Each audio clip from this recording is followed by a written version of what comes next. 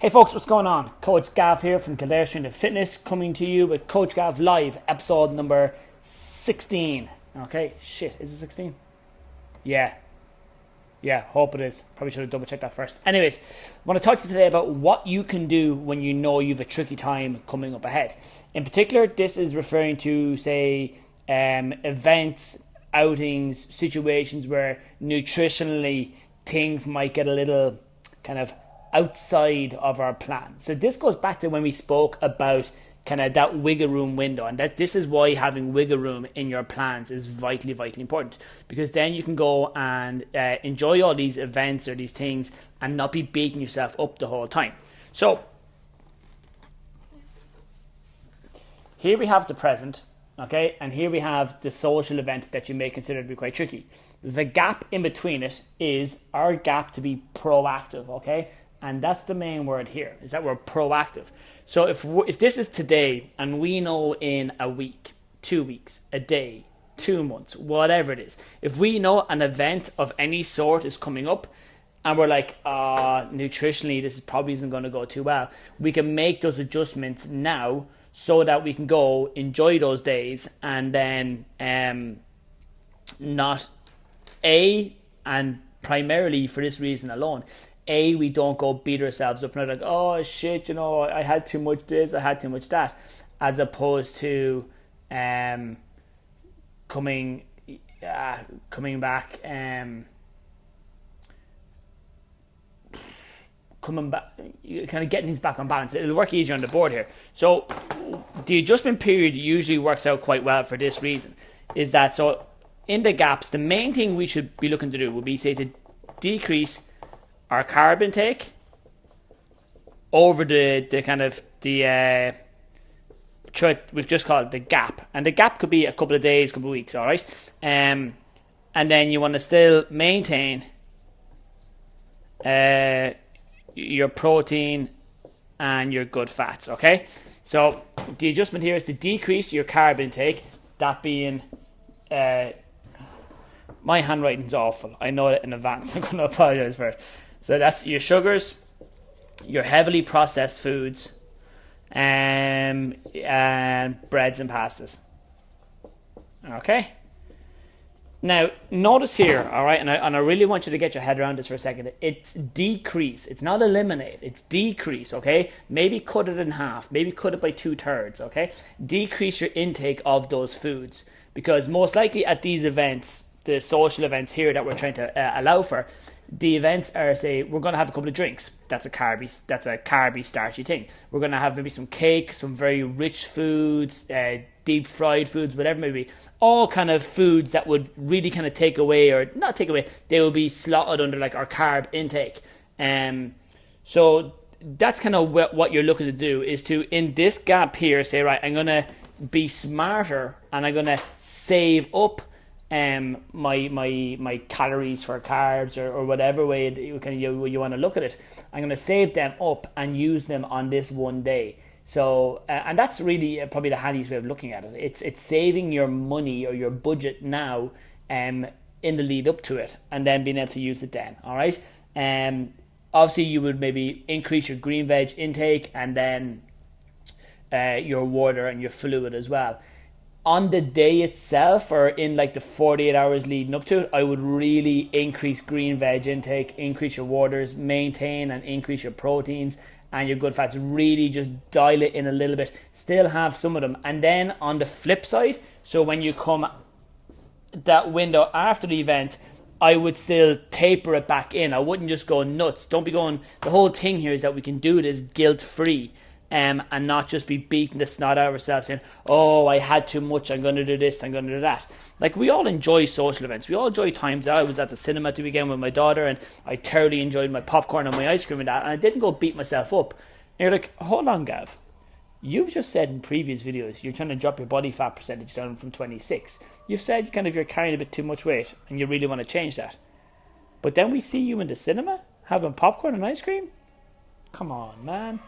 Yes, you do, because the whole thing is, yes, I want to achieve that goal of 20 of coming down, and I want to do so without ending my entire like kind of enjoyment of life then as well. I'm not going to torture myself. I'm going to train hard. I'm going to eat smart. I'm going to stay disciplined, and then I'm going to see where that kind of application takes me. And if when I get tested in it's about 4 weeks now, and then in 12 weeks in total, if when I go get tested, my results aren't where I want them to be, then I'll just turn up the notch a little more. So it's not a case of, because it's actually easy to go and just say no to everything, no to this, no to that. All I'm eating is meat and veggies and fluids, and that's it, and go fuck yourselves. And I'm not going to be out at any social event, and I'm not going to be this, and I'm not going to be that. Okay, like, kind of there has to be a balance. Okay, and that's where so many of us we start off and we go, we're all in. Doing all of this from the outset. There's no middle ground here. I'm either doing all of it or I'm doing none of it. And you're kind of going, oh, it's a little extreme. Build yourself up to it.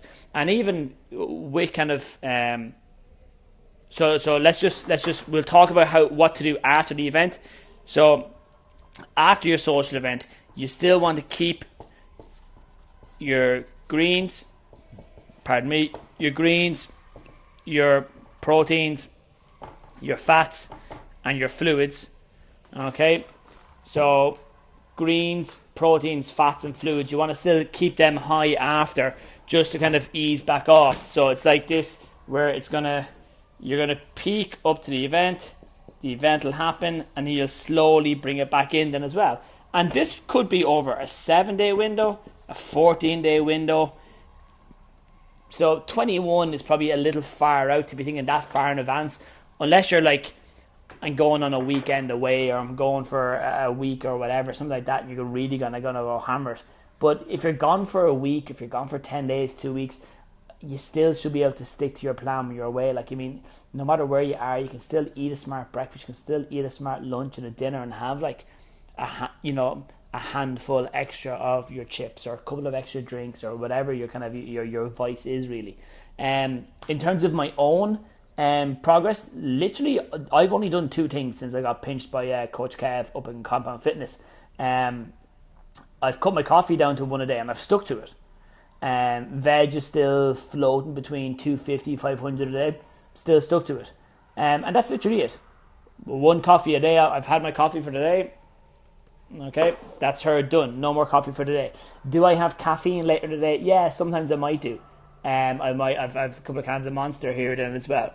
So, and like I said, I'll go and I'll get tested and pinched, and if I find that I'm still having too much, I'll cut back even further. So rather than going and just completely eliminating coffee altogether, I'm 2 weeks in now, a fraction more maybe, and everything feels fine. I'm not really feeling, excessively bad or anything like that. Energy's pretty high, still feeling good, not massively grouchy. I don't know if it's like a placebo effect of that, but definitely I feel looser. I constantly poke my belly and I feel, okay, well, maybe we're breaking down, pushing a bit harder training wise and staying dedicated. But the main thing here is that I'm doing it. I'm not just saying, okay, here's my plan, and doing nothing with it. It's a case of, right, really kind of stay with it. And I was talking to one of the guys here this morning about it, and one thing I have noticed is that a couple of guys, it is actually the guys, but I have a funny feeling the girls in a similar boat too, is that like my main thing is I've gone from, I'd say, a solid 4 coffees a day down to 1. That's a 75% decrease in my caffeine and sugar intake alone in 14 days. So I've dropped down that much. That was step 1. I've also gone and increased my veg intake from between 250 to 500 grams over 14 days. And the thing with both of them is that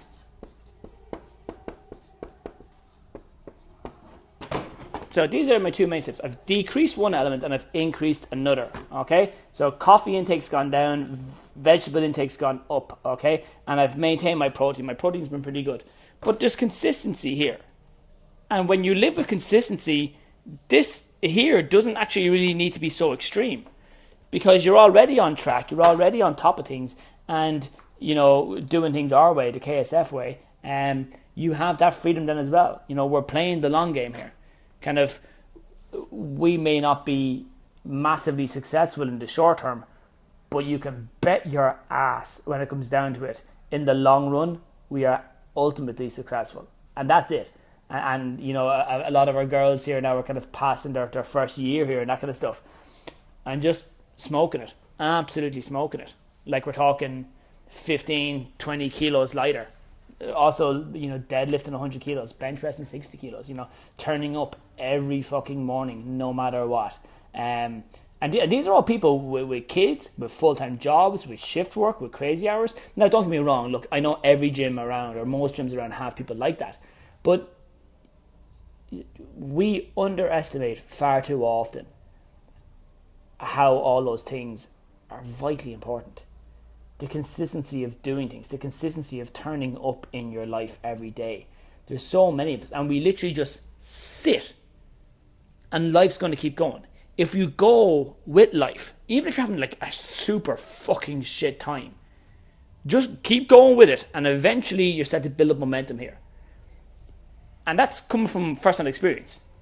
Again, you know, not to bang on about it too much, you know, between February and June of 2016, not my finest window of time. And things got worse because I didn't roll. I just kind of said, fuck this. And I just kind of took it too easy. I just sat back and I was inactive. Now, I always talk about being proactive and how proactive is probably the best thing we can be.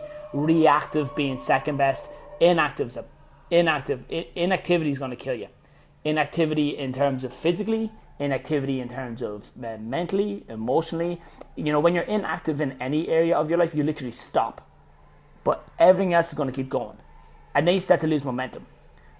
And it's like when you kind of, you know, you see it sometimes in like cycling races or running races when kind of people are, I'm going to ease off the pace and drop back to kind of catch up. And then they've created an even bigger gap and they have to go and try and chase down the pack after them as well. And that's even harder, you know. We put ourselves in these positions where it is quite tricky.